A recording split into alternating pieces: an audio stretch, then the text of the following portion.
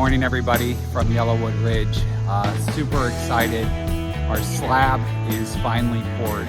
So the guys this week, we had a team of 6 guys. We had 4.5 truckloads of concrete. We poured a 5-inch slab with about 43 yards. And that was a fiber mix to add strength. We didn't put rebar in it. And again, that was pouring on top of our R-Max R10 insulated foam.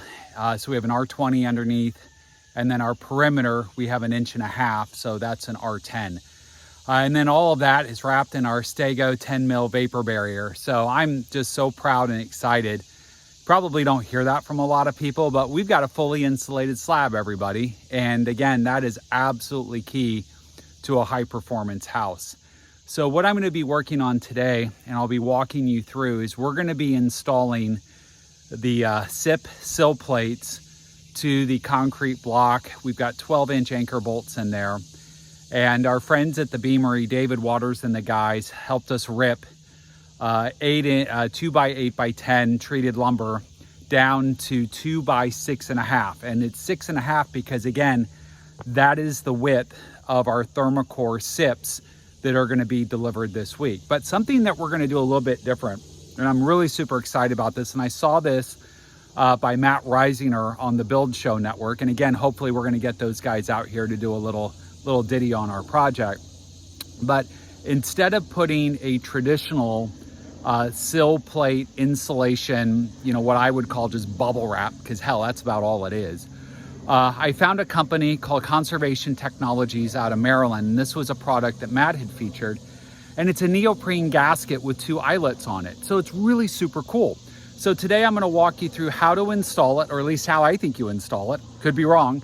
How we're going to trim it back and how we're going to put it down. So hope you enjoyed today's video. Hope you have a great day. And here we go. So this is our gasket from Conservation Technologies that we are going to be installing on the bottom of our 6.5 inch by 2 inch treated lumber, which is our sill plate, or sometimes folks refer to it as a mud plate for the SIP panel. So again, you know, as we talked about, we've got these little these eyelets, if you will, and we'll mount these on the inside so that when they compress, they'll actually compress out to the edge. This is 6 3/4. So what I'm going to have to do here is I have to cut it down the middle and then take this side and slide this a little bit in. So it's probably going to be sliding in just about 1/4. And then, you know, with my anchor bolts, you know, that we've got down here, I'll just put an X here and the anchor bolt will go right through. So super excited about this. Just, you know, completely different type of detail than the bubble wrap type sill plate insulation that you would typically get. So really excited to see how this goes, and hope you enjoy the video today. Now, the thing that is so important to remember when you're installing this is it doesn't go like this. The flat side goes against the bottom, okay, of your sill plate that is going to be sitting on your foundation. Now, because of this little, gosh, I don't know, I call it an eyelet, but that's probably not the right term. Anyway, but because of this right here, the compression is going to squeeze this and expand it out. So when you're installing this, you do not want to put this right on the very edge. Okay, you don't, because see what happens? So if I push this down, it's going to go way over the side. So what you want to do is you actually want to move it in about 1/4 inch. Or with my particular hands, what I do is I use my fingernail.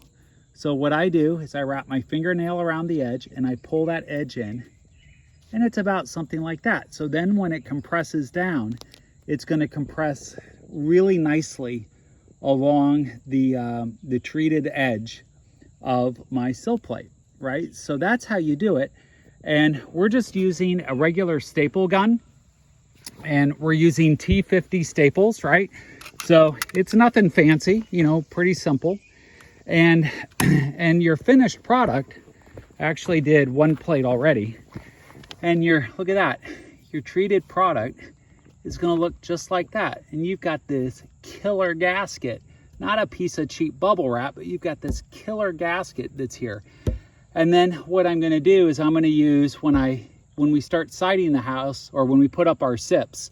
So our SIP is actually going to sit on top of it, and there's going to be a 5.5 inch plate that's going to even sit on top of this that the SIP will attach to, and then we'll lock it in. But actually I'm going to use Prosoco's Fast Flash here, as well as our MVP liquid membrane on the SIP.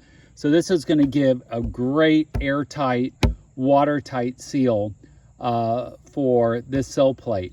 So enjoy the video, and this is how you do it. And the other thing with this is it cuts super easy.